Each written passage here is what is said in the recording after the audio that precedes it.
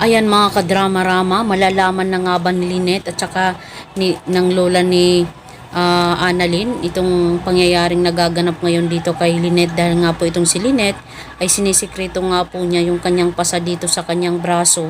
Tapos alam naman po natin kung sino talaga yung willing talaga na manakit po dito talaga kay Lynette, at walang iba po yun kundi si Doc Carlos.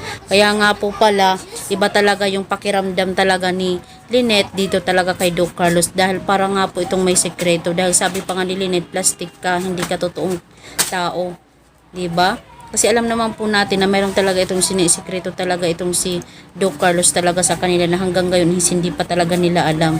Tapos dahil ngayon sa pangyayari dito kay Annalyn, syempre possible na pinagsabihan talaga ni Lynette itong si Doc Carlos about talaga sa pangyayari sa kanila ni Annalyn. Kaya siguro na hawakan talaga ito ni Doc Carlos yung kanyang braso, kaya nagkaganyan talaga yung kanyang pasa, di ba? Siguro hindi naman yan susuntukin, dahil siguro yan sa paghawak ni Carlos na talagang diniin niya talaga, kaya nagkaroon ng pasa yung braso talaga ni Lynette. Tapos ngayon yung problema pa is nakita pa nga po ito ni RJ yung kanyang braso, diba?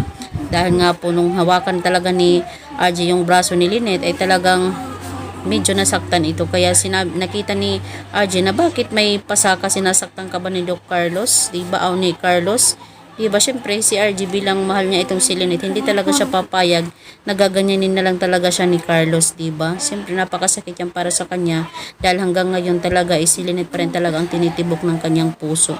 Kaya sobrang nasasaktan po itong si Aling Susan at saka si Annalyn dahil sa nangyayari ngayon kay Lynette. Hoping talaga isabihin na lang talaga ni Lynette yung katotohanan dito sa kanila, or kaya iniipit siya ni Carlos ganito ganyan, kaya hindi siya makapaghiwalay ng ganyan-ganyan kaagad, diba?